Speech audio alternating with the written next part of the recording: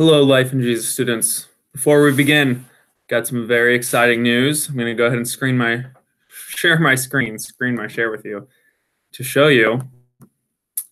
So if you were to go back to lap 2, day 2 video on YouTube, what a flattering face.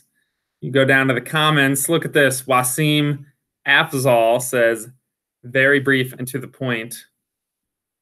The on point emoji. Wow. I mean, Mr. Schonhoff's close to making it. 75 views. Just saying, keep subscribing. Keep telling your friends to subscribe. Anyways, let's talk about sexuality. So, today's video, Catholic sexuality, lab 5, day 2 homework.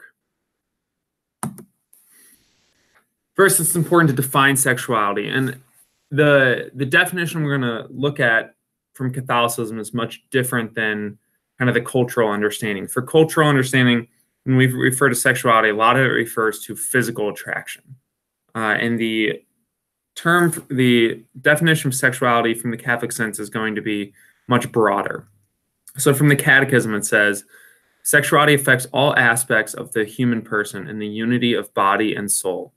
It especially concerns emotions, the capacity to love and procreate, and more generally, the ability to form bonds of communion. So sexuality is the part of us that allows us to connect with others, in other words, right? Emotions, the capacity to love and procreate, the ability to form bonds of communion. Sexuality allows us to connect with others. Kind of putting it into our own words, it's a sacred energy that urges us to overcome our incompleteness. It's the foundation of our capacity to enter into loving relationships. So we're created to live in loving relationships. It's our sexuality that allows us to do that. Not just physical attraction, but so much more about our desire to connect with others. And this is the part that's going to sound a little bit weird, is that our sexuality actually reflects who God is. Because if we only talk about sexuality in terms of physical attraction, it sounds weird to say sexuality points us to who God is. But if you think about who God is a trinity. This idea that there's a relationship, Father, Son, Holy Spirit within God. God is love, God is communion. And humans are drawn into intimate relationships and loving union. At the core of who we are as humans is this desire to want to connect to others. Right? One of the worst things, one of the saddest things is loneliness. The idea of feeling alone and isolated is because we naturally want to connect with others. Right? We naturally want to seek love and communion. Why? Because that's God's own nature.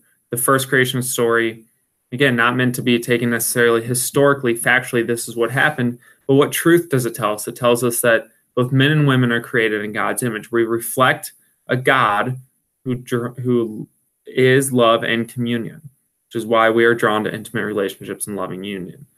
In the second creation story, the one in which God creates Eve to be with Adam, right? This idea that humans were not meant to be alone, that we desire, we crave at the core of who we are, intimate, loving relationships.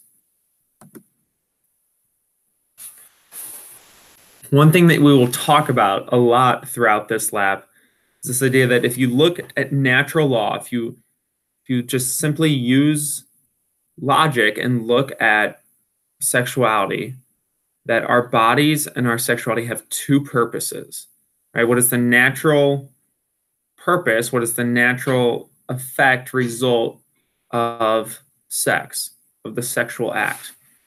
And both of these actually reflect who God is, that the act of sexual intercourse reflects who God is. Again, that sounds weird, but let's think about it. And you can hear my nice little radiator in the background.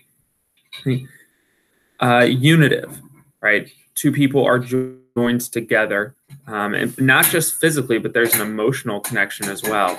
That it's meant to share God's love, that God longs to draw near to us, to join together with us, to allow us to form communion. And that the act, that sexuality does that. The act of sex does that. It joins two people together and allows them to share in that love, and also procreative. right? That God, the first thing we see that God does is he creates out of love. He creates to live in loving relationship with others. And that sexuality, well, these radiators are really going off. Sexuality allows us to share in God's creative power, that when two people love each other, at some point they can say, well, we love each other so much that we want our love to overflow into another person.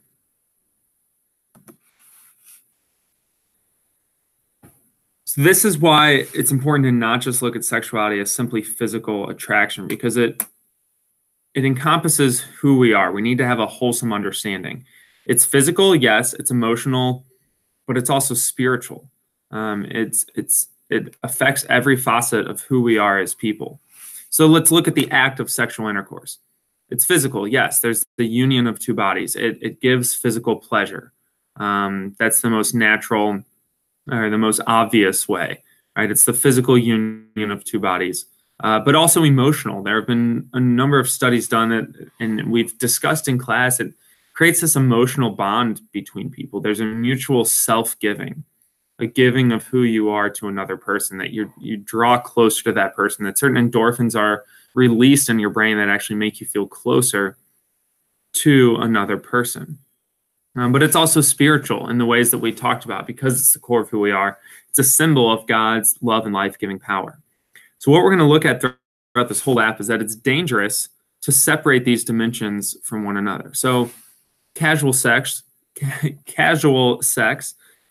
most of the issues that we see in our culture, in our unhealthy view of sex, draw from seeing sex only as something that is physical.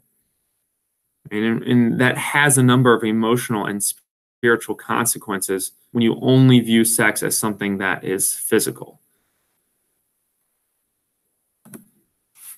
Last thing I want to do is end with this quote.